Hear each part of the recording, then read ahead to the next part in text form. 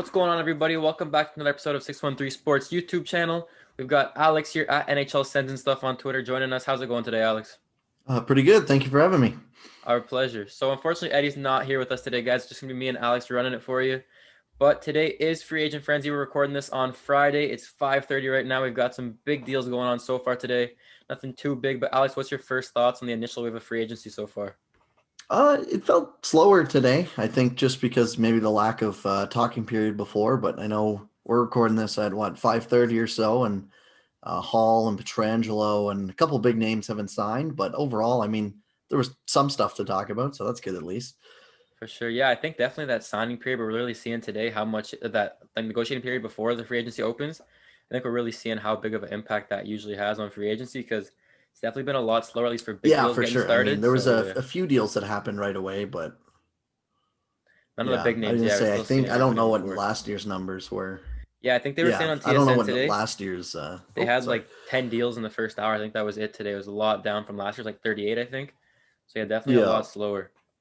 Yeah, I just looked on Cap Friendly and they had 58 total that they said for today, which feels a lot lower than whatever last year would have been. Yeah, but it's been a bit slower for the NHL today, but it has been a big week for the Sens. Matt Murray did sign a new contract today, 6.25 AAV for another 4 years with the Sens. So hopefully that takes him to about the age 30 season. So we'll see what happens there. But what were your thoughts on that trade and the big contract he got as well? I like the trade for Ottawa. I had wrote actually about a week ago saying why they shouldn't trade for him. My opinions were more just at the time it was rumored that they were supposed to give up the 28th pick and maybe a prospect, and I just thought that was probably too much, especially to lock a guy in long term. I didn't think they needed goaltending this year, but when the trade came down, I thought 52nd overall and a prospect that was not going to make the system. I thought that was a good value, honestly. No, Um, for sure. but the contract, it's okay. It's more than I was expecting. I think I don't know about you, but it was higher AAV at least than I thought. Yeah, it came in a little bit higher than I thought, but I also kind of figured that given they're kind of buying up his UFA years a little bit into them. Also, he has won 2 cups and he's got that pedigree. And I mean, he is coming to the Sens after all. And we do kind of have to overpay usually. So I do kind of understand where they're coming from. Hopefully, we can see Matt Murray from 2017, 2018, those years, and not the past couple of years. And I think he'll make that contract well worth it. But it was a little bit higher than we probably would have expected because Jacob Markstrom signed example for like 6.6, and I think Holtby signed for maybe I think it was 4 8 4 or 8. Four, yeah, Yeah. something like that by So two. yeah. But yeah, I So mean, Merck. it's a good point. Like, I think it's a good, like, I think it's a fine contract for Ottawa. Like, it's not like, even if for whatever reason he's not the goalie we hope he is, it's not like this is what's going to absolutely sewer you. But yeah, it was just, I thought it was higher, but that's not necessarily a bad thing. I still think it's a fine risk to take. And he's younger than, Markstrom and Holtby. So you're paying a little more than them, but you're also getting years 27 through 30, not, I think, 31 through 37 for Markstrom, right? Yeah, So for sure. And I mean, someone on our Twitter made a good point today also that the Sens won't have to pay their young guys for another 3 to 4 years anyway. So hopefully it shouldn't impact those contract negotiations in the future too much. So all in all, I mean, you're paying them to play for the team while they're going through a couple of years of rebuilding still here, and hopefully carry you into those strong days when the and those kind of guys are ready as well. So we'll see what happens. But I mean, goalies do mature later also. So hopefully it pans out okay for the Sens. yeah, no kidding. And I do kind of wonder if, and maybe not, I don't know, but when you look at the structure of this deal, there's, as far as I know, yeah, there's no signing bonuses, and it's also very back heavy. So Yeah. first year is 4 million in salary, then it goes 6, 7, and 8. So I Hmm. wonder if maybe that also had something to do with slightly paying him a little more because he's not getting as much up front, which players usually tend to like. But again, I think it's okay, and I think yeah, hopefully he can be a bit of a gap for a goalie you need in 3 or 4 years or whatever. And yeah, they got Chabot's extension kicking in, and you're going to get Kachuk, but Stutzel and Sanderson, you won't need to pay them for another 3 or 4 years yet. So, and by that time, you'll hopefully have guys like Zaitsev off the books completely. So, I think it's fine. I don't think it'll hurt them too much long term. For I think sure. it's overall pretty good. Hmm. And then otherwise from Murray, we didn't see too much action from the Sens today. What did you think of their kind of inactivity for most part of the day today? I think that's probably what should have been expected. I don't think too many people were coming into today expecting them to be in on any kind of big free agent. They never are, and honestly, I don't think that's that bad of a thing. I think one of the very few silver linings to having one of, if not the cheapest owner in the league, is that you don't pay bad contracts on July 1st or October 9th in this case. But it's been a silver lining for a couple years now, because a lot of times the contracts that get handed out on free agency are regrettable within a couple years or even that year. So Just like Bobrovsky and Eriksson. yeah, exactly. Like you can just go down Lucic, like you can go down the list. Alzner, you saw a bunch of guys get bought out this year already. So I don't know. I think it's okay. They signed a couple AHL forwards like they usually do. We got the nice quote. Dorian's working the phones just because he's not doing anything. But I don't know. I'm not too shocked. I don't think anyone should be super surprised either.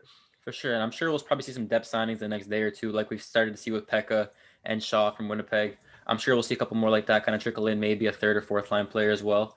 But what did you think of seeing guys like Boro, Turris, and Bobby Ryan signed today for some pretty reasonable deals? I'm happy for them, especially Boro. I really like to see that he got $4 million. I honestly thought that's a contract I would have been okay with in Ottawa too. But I mean, who knows? Like maybe he didn't want it. He wanted maybe longer term in Ottawa or whatever, right? We don't know. But I'm just happy to see him get paid. Same with Turris. I mean, Turris is getting paid anyways. He got bought out, but get a nice fresh start somewhere and hopefully he can find his game. And I was hoping to see Bobby Ryan to go to contender, but he seems to be really into going to the Red Wings. And if that makes him happy, great. Maybe he'll get flipped at the deadline and go somewhere. But happy for all three of them to, get some money, and all three of them seem to be pretty happy about where they're going. So that's all that matters.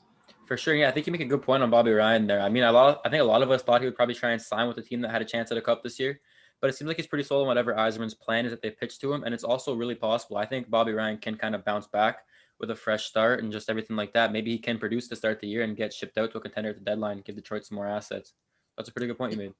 Yeah, he's definitely going to get a role in Detroit too. You look at their forward depth, and they really don't have much up front or on the they don't have much in general, right? Like Yeah, they're not going to be a good team next year. But if he gets sold on the idea of playing with Dylan Larkin and Anthony Mantha or something like that, that's not the worst thing. That could be pretty fitting. And if you want to do that more than go to say Edmonton and play on their third line or whatever, I totally understand and respect that. So I think it's a great opportunity for him to put some numbers on the board and show that he is nowhere near done yet. So for sure. And then pivoting a little bit, besides all the player stuff, the biggest news out of Ottawa this week was the Sens new jerseys finally getting revealed. What were your thoughts on them? I love them. We did a bit of a live stream that night when they got revealed. I think they look amazing. They look so good. And every time I see them on my timeline, I'm like, damn, I really, really enjoy those. I thought long and hard about buying one when the night they came out, but I decided not to just because of shipping. But I will certainly be getting one in the near future. I think they knocked it out of the park with that, in my opinion. For sure. I think just the one crazy thing is how different the Fanatics ones look compared to the Adidas ones, though. It's night and day, the difference in the quality. Oh yeah, and I mean, like, that is like, I don't know. I collect jerseys for different teams. I think I have 9 or 10 different jerseys back in my room, and it's like it is crazy to see like the authentic ones and then the Fanatic ones, and then even the Chinese knockoffs as well. It's like you take a step down on each one of them, but For sure. yeah, that it's not the most shocking thing, but I mean, I don't know. I really think they killed it with this. I'm super excited to see those on the ice. I can't wait to see number 88 flying around out there with Stützle. That's going to be something Sens fans are going to be very excited for whenever that comes to be finally. Yeah, absolutely. January or whenever they want to start up cannot get here soon enough, in my opinion.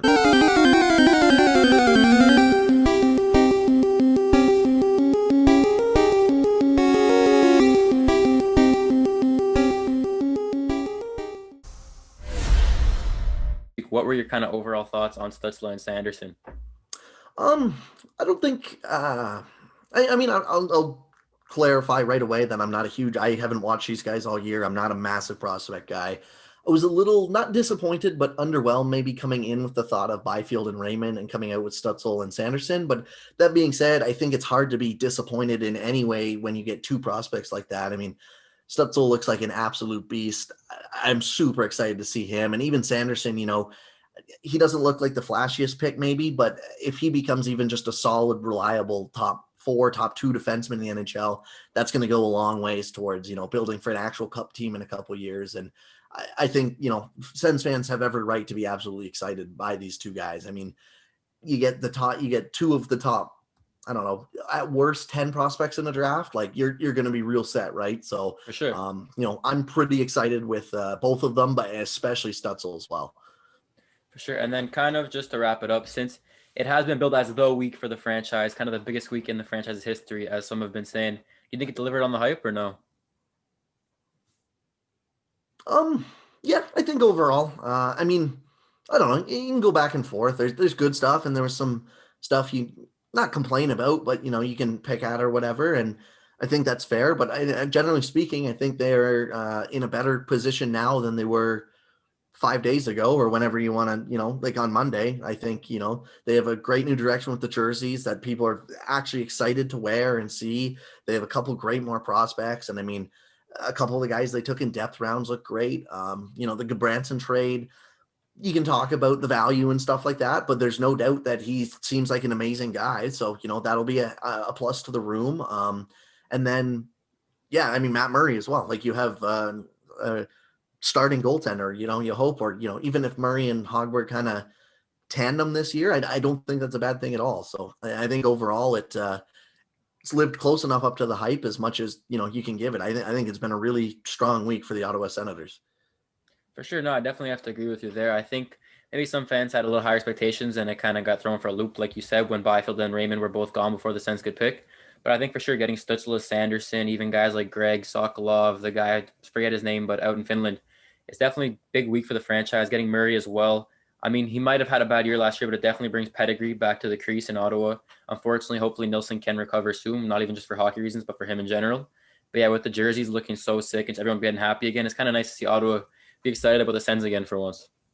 Yeah, no kidding. I think it should be a very exciting year. I don't know how good they'll be. In fact, I think they probably won't be too good. But again, much like last year, it'll be exciting to see a bunch of the young guys grow. And I hope that's kind of where they can look this year, where it's like you focus on the development of kids. And that doesn't mean just throwing 9 forwards that are 22 and under out there on the ice, but put them in a position to succeed. And same with on the back end as well. So I'm excited to see what this team can produce. I'm really excited. No, for sure. I couldn't agree more. Hopefully we get to see some of the young guys finally up in the lineup, the Browns, the Bathersons, all those kind of guys, and just see what they can do at the NHL level and hopefully see a little more skill on the ice than we did last year.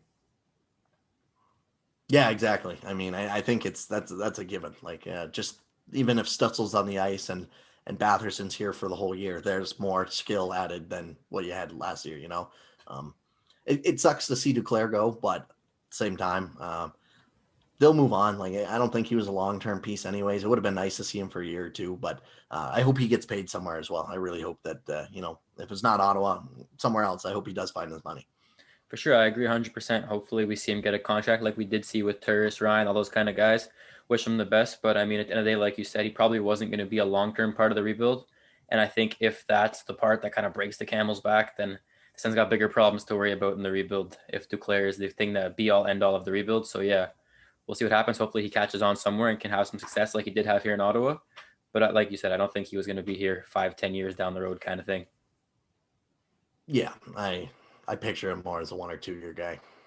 For sure. But yeah, I think that's everything we have for today. Hope you guys enjoyed this part of the video. That is our recap on free agency, the jerseys, and a quick little highlights of the draft. Hope you guys enjoyed. You got one try, then I'm leaving. Yeah, I'm leaving. Ice on me, man. I got diamonds, but they say that I don't need them. She gon' need me when she need me. I've been rolling through my thoughts and you can't